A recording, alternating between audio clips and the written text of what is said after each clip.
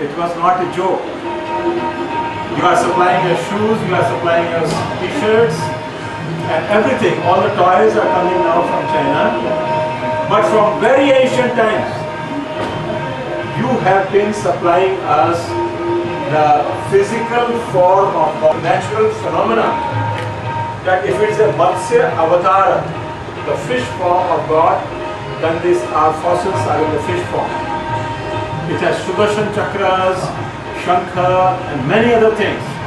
There are nearly 300 varieties of phallograms, and all properly documented in the Puranas. So this bond,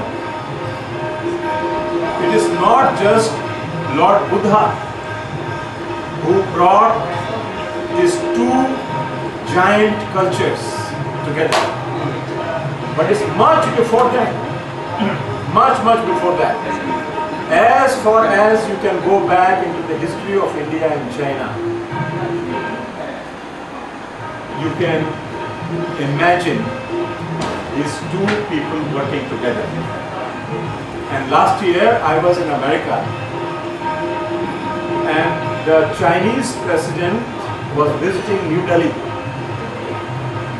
So everybody in China, in America, and every newspaper was shaking with fear.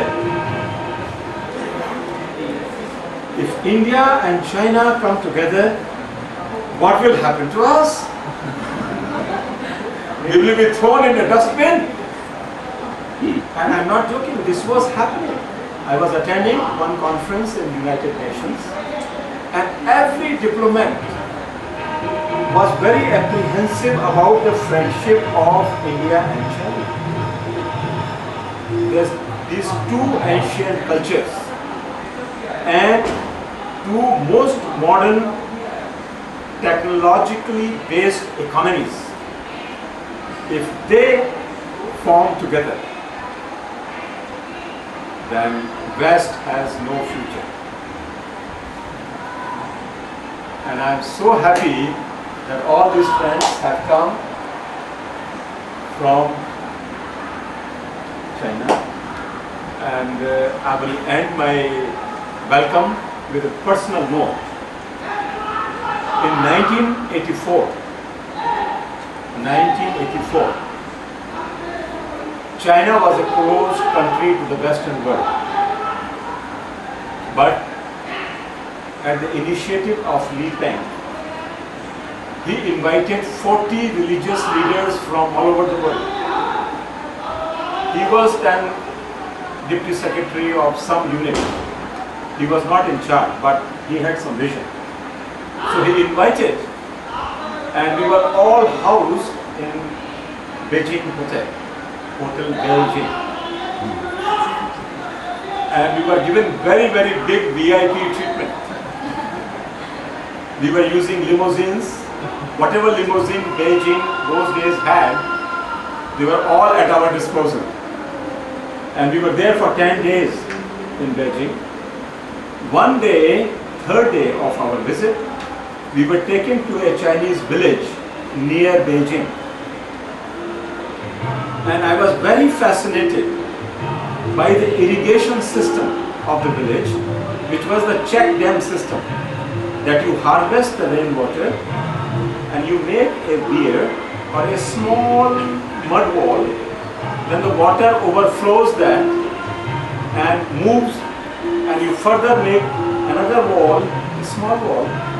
So like this you capture the what you call the moisture and retain it into the soil. So I asked my interpreter, because we all had one interpreter with us. So I said, I would like to talk to the engineer, because this technology is fascinating.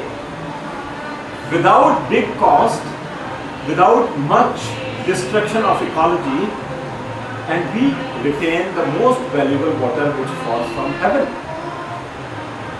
So the engineer came. The 5th day, the engineer was brought to us, because we were VVIPs, guests. So the engineer was brought to me, and I said, what is this technology? And you should not laugh, and you may not laugh because you do not know the name. He said, sir, this is Bharatpur technology. And you could not laugh because Bharatpur is a small town near Vrindavan, some 30 miles away from here. And the king, the ruler of Bharatpur town, state, he was very fond of hunting. But he will not get waterfalls and cranes and many other things. So in that desert-like area, almost desert, Bharatpur, and Vrindavan is on the brink of desert, Rajasthan desert. So this man had this brain.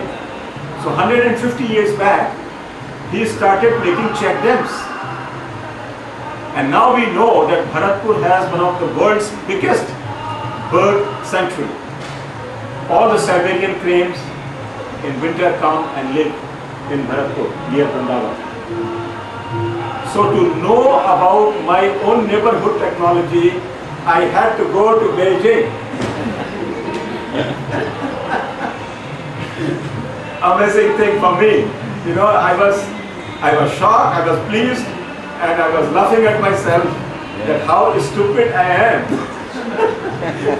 That to know something, I had to go out of country and then realize the value of that. And there is one Indian whose name is Rajendra Singh. Without going to China, he realized this value of this check dam technologies, and he has made many dead rivers of Rajasthan alive. That is the good news. Rajendra Singh. We call him Waterman.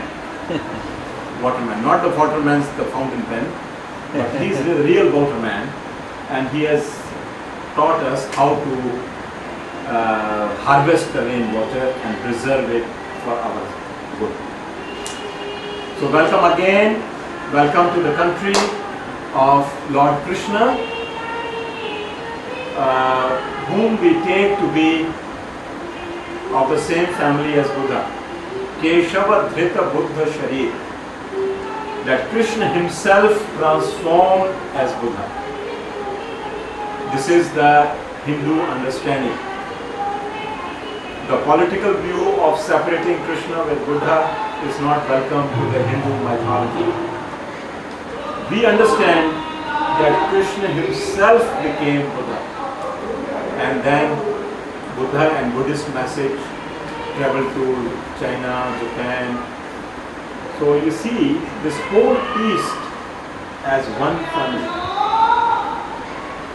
West was trying very hard to separate it, but now the time has come that we are again back and thinking about ourselves. And Vrindavan is very special because Krishna played with his girlfriends and had an enjoyable time in this place called Vrindavan. So it is the place of love dance, Ras Leelas. And some of it you might have seen being enacted on this stage. So in this festival of rainy season, anywhere else in the world, rainy day is a bad day.